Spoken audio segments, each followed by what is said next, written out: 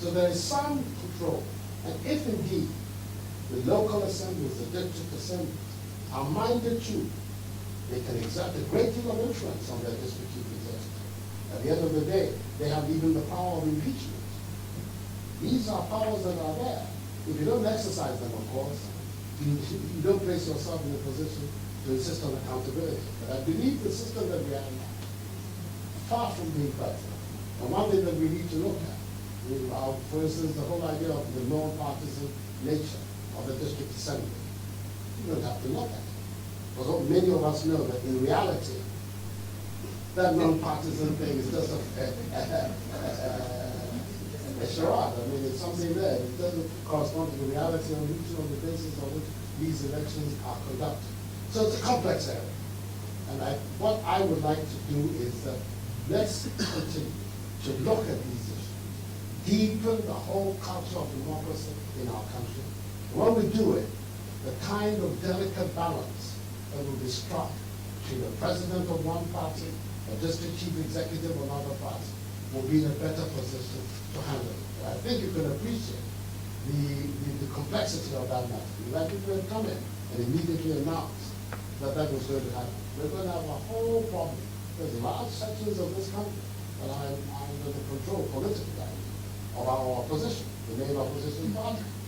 And imagine the kind of problems the president would have had in having to try and find a modus vivendi with districts in the country that are controlled by his political opponents. He's at the center, responsible for carving out a national game, etc., etc.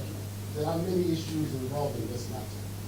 The overall goal, the thrust, towards local accountability, local self-government, without question I support.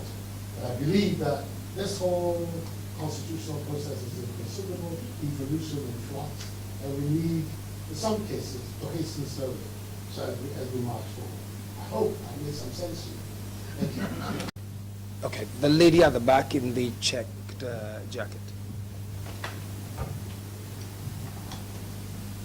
Honorary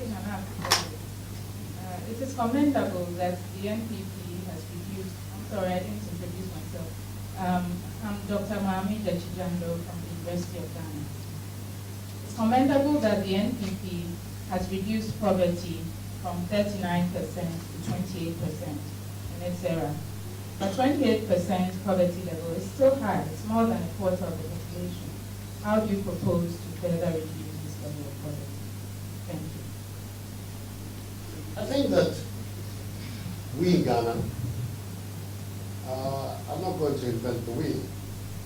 The way where people have gone out of poverty is because they've been part and parcel of economies that have grown and prospered. And the growth of our economy, its expansion, is what will be the most effective way of dealing with the issue of mass poverty in our country. I agree with you. 28% of the population being considered poor and living below the poverty line is an unnecessarily high figure for any nation. I use it just to suggest that, in fact, there has been movement on the issue, but not that necessarily this is what we all want to see. We want to see figures that are in single digits. Obviously, the best thing is to abolish it altogether. But we've noticed, even from the most advanced economies in the world, that nobody has succeeded in eradicating poverty entirely. But we can do much, we can do considerably better than we're doing. But there's no other solution. Our economy has to grow rapidly, and thereby we'll be in a position to create the jobs and enhance the living standards of our people thereby. This is why, for me, the whole process of how Ghana can come out of being a raw material producing country is so key. If you look around the world, apart from countries like Russia, which have vast resources of natural products like oil, there are no countries in the world that prosper from living off raw material activities. It's the lowest end of the value chain in the raw material. So you're always getting the smallest amount of money for your product. Right since the Industrial Revolution, 3 centuries ago, The way forward to prosperity is by adding value by the transformation process of raw material into product. So that the process of transforming the Ghanaian economy, the structural transformation, the Gettysburg time, I keep calling the Ghanaian economy the Gettysburg economy. The Gettysburg time, when the shape of our economy took place, 70% of our national receipts come from the export of raw materials, cocoa, gold, and timber. It is still the same thing as today. It's unsurprising that such an economy is not able to grow quickly enough to be able to offer young, more, as people come onto the labor market, opportunities. So the process where we will transform the Ghanaian economy, modernize it, bring the instruments of science and technology to bear on our economic activity. That has to be the way forward for prosperity for our nation. We certainly will not prosper and thereby be in a position to make a serious attack on poverty if we continue to depend on the production and export of raw materials. If I may interrupt you for a moment, Mr. Kufuor, you're a key member of the current government and a member of the cabinet for 8 years. What have you done to change what you're telling us? A lot. That's why I talk about the foundation that we've been able to perform. When we came into office, we found a macroeconomy that was in considerable disequilibrium. 50% rates of interest on short-term money, 40% rates of inflation, a CD that was not just wobbly, but disappearing. You have, first of all, to do the work to sanitize that situation. Because people keep saying it. They say, oh, you really keep talking about your macroeconomy. You can't eat the macroeconomy. So, okay, fair enough.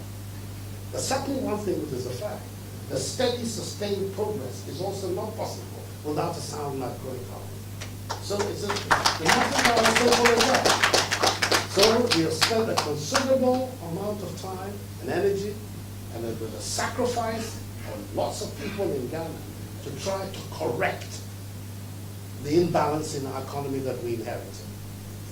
We believe that we have put the economy now on a trajectory that will allow the transformation that I'm talking about to take place. That's why I say, that for me, the advantage, God willing, if the Ghanaian people favor me in December, is that I'll be working on a platform, and on a very much more solid platform for that process than J. Kufuor inherited in 2001. So that we are now in a position to make this frontal attack on this process of transformation. I think that the time is now. And we are going to, hopefully, some of the things that have happened recently, these hydrocarbon resources that we've discovered and all of that, may be that for the first time in the history of independent Ghana, we will have also the funds to back the process of transformation. So that's where we are. But the reason already, I mean, important things are being done in our country. We're beginning to establish an integrated aluminium industry in Ghana. We're making arrangements for developing our bauxite resources, looking at the arrangements that will be made for us to develop our iron and steel. All these things are very much now in the offing. They will provide us with that basis for the takeoff. But this is the reason. Thank you. Nana Oyelitha. Honorable Nana Akufo-Addo, I have 15-year-old statistics on maternal mortality in Ghana. And 214 women die out of every 100,000 live births. UNICEF and WHO place the figure as 740 deaths per every 100,000 live births per annum. I would be grateful if you could enumerate 3 strategies or interventions your government would take to reduce maternal mortality and unsafe abortion in Ghana. Thanks. The first, of course, is expanding medical facilities and medical infrastructure. Unfortunately, still, many people, especially in our rural areas, don't have direct access to clinics and to modern medical facilities because they live some distances away. So it's not surprising that they don't have the assistance that they would require. So you're talking, first of all, about how quickly you can expand the infrastructure. That's one. Second, I think that the insurance scheme that we have brought is one that provides a really clear way out.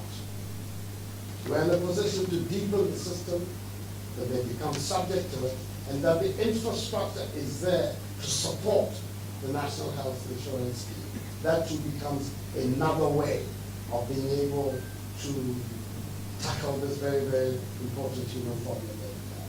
The third, of course, is money. I mean, and being able to have the kind of results. The President, as you know, recently, when he went on the Millennium Development Challenge conference in London, was able to persuade Gordon Brown, the British Prime Minister, to assist us in providing a significant amount of money to be used by the National Health Insurance Scheme to deal with the question of female pregnancies in Ghana. So there's a mix of things, but most important of all, of course, is that also all of us commit ourselves. I'm also sure when I'm the right person to be talking about our 5 children. But I think it's important for all of us to be also mindful that there is this need for us to plan carefully our families, and that we just don't continue the old habits, just having children, as we say, I have. Mrs. Irina Denusa of the Ghana National Association of Teachers. Thank you very much. Honorable and sorry, I'm Irene Denusa from the Ghana National Association. I think I was very happy when you assured us that you were going to be action-oriented, result-oriented. You were also going to make sure that you had an efficient and effective public service. I think I need to be convinced. There is something happening within the public sector payroll system. There are all sorts of problems happening within the public sector payroll system. And these problems have been going on over the past 3-4 years. What particular or what actions are you going to take to ensure that we have some sanity in the administration of the public sector payroll? Right now, I have issues with some of my teachers who were employed since 2005. They haven't been paid their arrears, but yet they are being deducted huge sums of tax arrears on salary, and all sorts of things are going on. And I'm heading for crisis.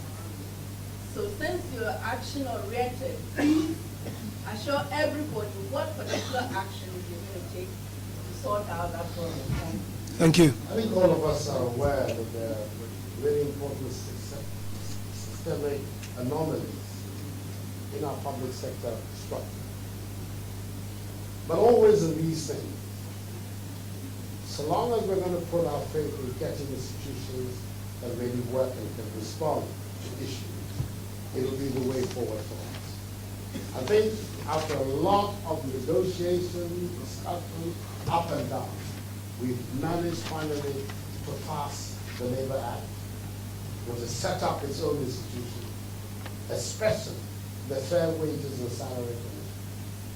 I am hoping, believe very strongly, that that institution, properly empowered, will be in a position, first of all, to deal with the anomalies in the system, to be able to ensure that the equities and the relativities are maintained correctly. And then they will be the source for us to be able to negotiate across the board what is fair and equitable for everyone. Some of the anomalies that you're talking about matters to do with incompetent administration. How come that people are not being paid are being deducted for taxes. But it is a situation whereby the left hand and the right hand don't know what they're doing. And some of those are the matters that I'm trying to address when I say we want to have an efficient public service, which acts in a coordinated and comprehensive manner on public issues. But at the end of the day, that is the way forward for us. The strengthening of this Fair Wages and Salaries Commission, having there the people who are capable of doing the work, who have the necessary urgency for doing the work. And I think there's also something which I think I would like to say. For a long time, Ghanaian politicians have been very quick to condemn public servants, accuse them of all kinds of things. They sabotage the work of the politicians, etc. For myself, I think that really the time has come for us to have another attitude, an attitude of encouragement, of recognizing the very great difficulties that are placed in the way of public sector workers in our country. For some time, unfortunately, it's only until this is my old age that I receive public sector pay. Most of my life I've been in the private sector. I'm amazed when I hear of the remuneration of sensitive workers in our public sector, that we have a public sector at all. Because many of us would never have been prepared to work for the kind of money that some of you are paid. But you're doing it. And you're doing it a great sacrifice to yourself, but for the benefit of our nation. I think that what we're looking for is an atmosphere where public sector employees are encouraged and they feel that they have the support and understanding and sympathy of their political masters. I think if we can establish that relationship, we will improve productivity in the public service, and then we will also be in a better position to iron out the kind of anomalies that you're talking about. Thank you. I'm going to take a question from Mrs. Rose Kakarianan from the Ghana Employers Association. In your presentation, you talked about your government, when giving the law, going to deepen the quality of education, increase the numbers. But it's a critical area that business, employers, and industry are worried about. There's a wide gap between the skill needs of industry and employers. It was being churned out for academic institutions.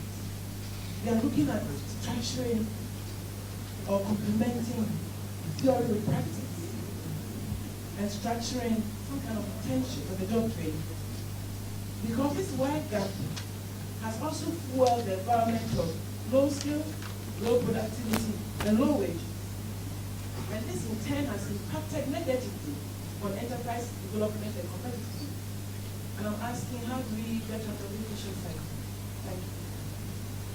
Thank you. And this is one of the most important questions that's facing our society. I think at the end of the day,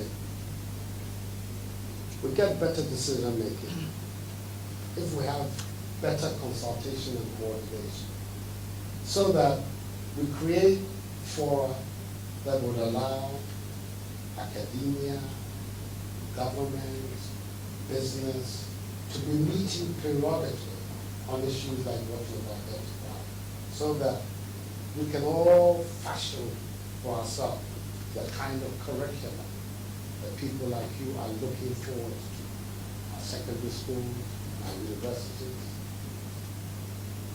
the numbers of people that are available, particular disciplines, skills, all of these matters are matters I think we can address more successfully if we have this more coordinated approach to the resolution of such questions. Because one of the things that I have seen, I saw that in the 7 years that I was in government, that many times decisions are taken in a relatively narrow ambit of those who are involved in the decision. All of them with good intention. I'm not saying that it's been done in a perverse or deliberate manner, but that, in the end of the day, we find that were we to open decision-making process more broadly, maybe we will get better decisions at the end of the day. And this area clearly is an area that we need that broad consultation, because that has to be a major priority for us. We educated the young people of our country so that they can fit into the world of work. Not that just they have degrees and are sitting under trees drinking out we start with palm wine and end up with hypertension. We don't want that. We're looking for a situation whereby people are coming out of our secondary and tertiary institutions that can fit into the world of work.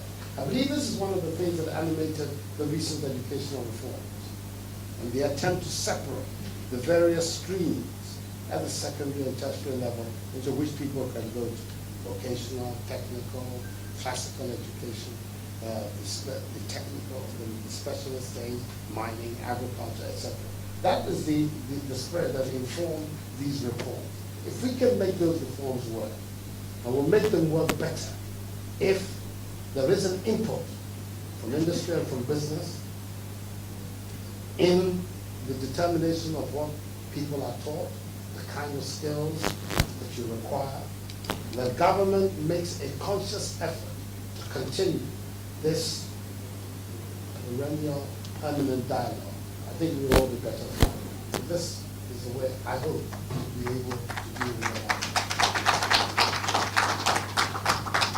Yes, sir. The gentleman in the suit. And what would you do to put Ghanaians in control of our own economy? You go to our normal markets and you find foreigners driving our people out of business. You sell chalewati. The next day you go to the market, somebody from China has brought chalewati cheaper than yours, and you are out of business. What would you do to make sure that Ghanaians remain in control of the economy? At least those in those areas that we are best known for. Thank you. I think that it's a matter that must concern all of us. Because at the end of the day, any country that works is a country that's working because its people are in charge of it and are doing well, are running the country well. Well, the business, the politics, administration, the whole thing. And that has to be our own focus. We're having problems. Many of our business people don't have access to capital. They don't have access to the kind of technical information that would help them improve the quality of their enterprises. If these are the areas the government can assist, and the government can be an important facilitator for business in Ghana, trying to ensure that there is. We're talking a lot, for instance, about the central role of promoting activities by small and medium-scale enterprises in Ghana. That's why we're pledging to set up a fund where people can come and borrow money reasonably, at reasonable rates, be able to have processes that are not too complex, time-consuming, to allow them to be able to establish their business. But we need to do it. We need to be able to promote the doing of business by our own. That's the first step. As far as things like people meddling and being involved in areas of our activity which the law keys for us, we should enforce our law. That's the way I see it. We should be in a position to enforce our law. We're talking about products coming from countries into our land. Many of them, for instance, don't meet our particular specification. We have institutions on the ground that are supposed to deal with that. How well are they functioning? If they're not functioning well, what do we need to do to make them function so that they can deliver for us? People are dumping things on us. We have institutions that are meant to fight with them. They're supposed to be responsible for our anti-dumping measures. Are they working? If they're not working, what do we need to do to strengthen? For me, always the beginning is not the foreigner, but ourselves. What do we need to do ourselves to progress our case? And if we're looking at the matter that laws are made and they're not being enforced, that's not the fault of the foreigner. It's our fault. So we have to have an attitude that says, Ghana first. The slogan of mine is about that. I believe in Ghana. It's all about Ghana first. And the Ghanaians will take responsibility for themselves, show their discipline, preparedness to enforce their own laws, help themselves develop capability, several things have been done in our period along this line. I think we need to intensify and deepen that process. I've got here a question from Samuel Kwesi Asare, who is the president of the Ghana Federation of the Disabled.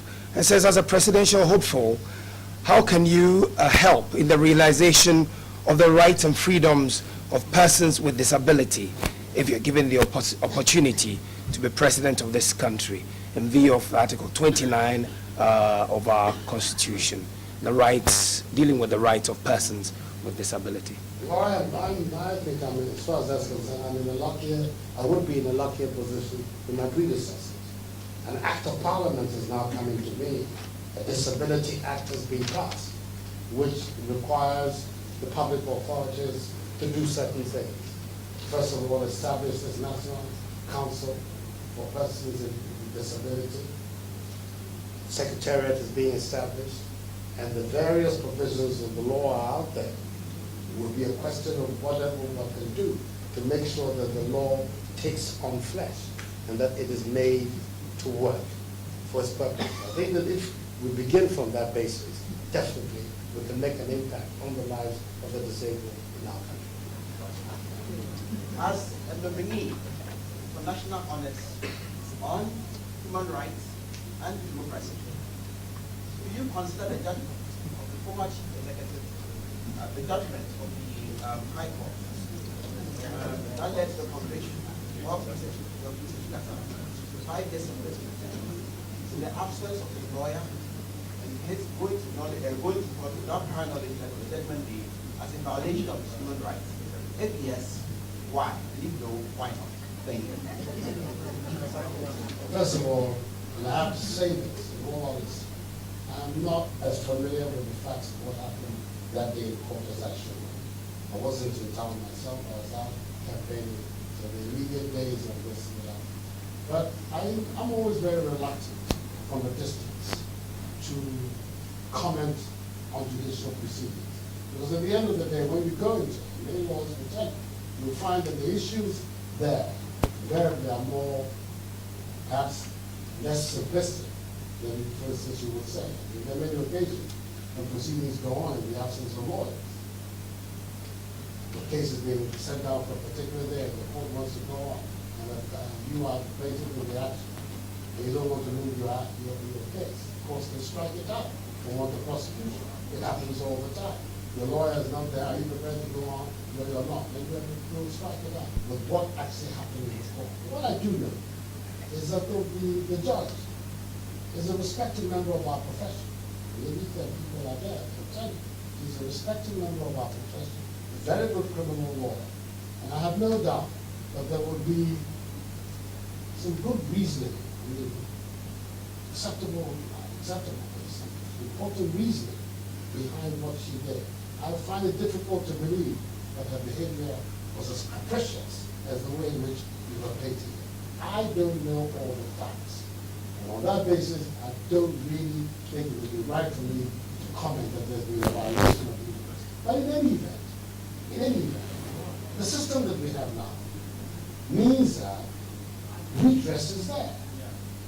The person who was being affected by this matter, a very well-known lawyer, has begun the process of redress.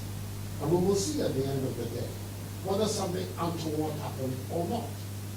He's appealing the decision. He has taken, I believe, the decision to the Supreme Court. And the Supreme Court to exercise its powers, session order, of course, the decision of the court will pronounce itself. And we will know when all the facts are there, whether indeed there has been a violation of somebody's human rights or not. If there has been, it's unfortunate. We don't want to live in a country whereby the courts themselves are agents for violating the rights of people. They shouldn't be. The courts should be the protectors of the rights of individuals and communities in our country. But as I said, these matters invariably are more complex than you would think when you go into the nitty-gritty of the matter. And I would want to wait to see what happens in this appellate or supervisory process that has been initiated by Mr. Tibbet before I would comment on it. Dr. Soji Tete. But I'm wondering how you intend to do it and marry it against the current challenges being faced by the scheme. Currently, an 48% coverage, up OPD attendance, outpatient attendance, increasing in some cases by up to about 50%. You have increased waiting times, patients come cost around 8 a.m. and see doctors around 4 p.m. after waiting for 6 hours. Surgeries that can be done after about 1 week, people are getting to wait for months on end. And services that have been rendered that should have had the scheme paying back to the facilities are having money locked out, which is further compromising the quality of service because no funds to purchase drugs and things of that nature. Meanwhile, we are seeing that health insurance is sponsoring live coverage of football matches, for example. So how do you intend to deal with these current challenges while pressing ahead with your vision to expand coverage under the National Health Insurance Scheme? Thank you. I think that the answer, first of all, is that the scheme is new. In terms of our history, nothing has prepared us for such a scheme on a national basis. So we are challenged by a very, very far-reaching piece of social legislation. All its complications. Secondly, it's clear that we don't have the infrastructure that we need to have to support an effective national health insurance. But we need to build it. And already in the teething early days of the system, we're seeing that this is a major constraint on the ability of the system to deliver. I was in Wanta 2 days ago, the Volta region, the northern part of the Volta region. That's a village called Brenawasi. The chief there said, look, this national health insurance scheme that you have, it's all very well, it's good. We all appreciate it. But if I have to take a bus or find a way to go from here to Wanta, which will cost me a lot of money on public transport to get there. Whatever savings I would make of being a member of the National Health Insurance Scheme has already been eroded by just the issue of transportation between where I live and where the clinic is. So, he added, I want his vote. I should bring a clinic to his village. Which is fair enough. I think it's perfectly in order, that kind of remark. But I think that conversation for me showed the reality of where we are. We began. It's important that we continue and that we find ways of ironing out the difficulties involved in the system, the delays in paying service providers. It's part of the general delays in the public system of paying contractors to government. We, for instance, when I was before the Ghana Association of Industry, came forward to say that I think that we should have a way whereby the state will be penalized when it delays in paying contractors beyond a certain date, so that those who are responsible for the management of the national treasury understand the delays on their part will incur sanctions for them. But there's a whole gamut of things that we need to do to be able to improve the system. And I think it's very important that we should have started. Some of these things you can sit in your study and draw up these perfect plans and continue to perfect them. But until you actually outlaw them and put them on the ground, you will never know the glitches that are in it. We have started. Let us continue it.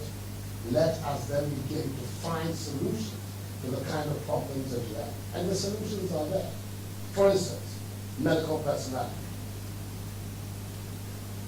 My understanding is that when we came, the annual output of nurses, 700 a year, is now 7,000. That's a very important leap in terms of being able to find health workers. The exodus of our doctors that was rampant some years ago is beginning gradually to slow down because of some of the measures that we have taken, improving the pay of doctors significantly Ghana, the medical health workers in Ghana today are the second best paid in sub-Saharan Africa, after South Africa. It's an important development. The postgraduate facilities that now exist for many of our the young doctors who want to specialize, to be able to do so here in Ghana. These group of measures are helping slow down the exodus and the of medical of health workers from our country. So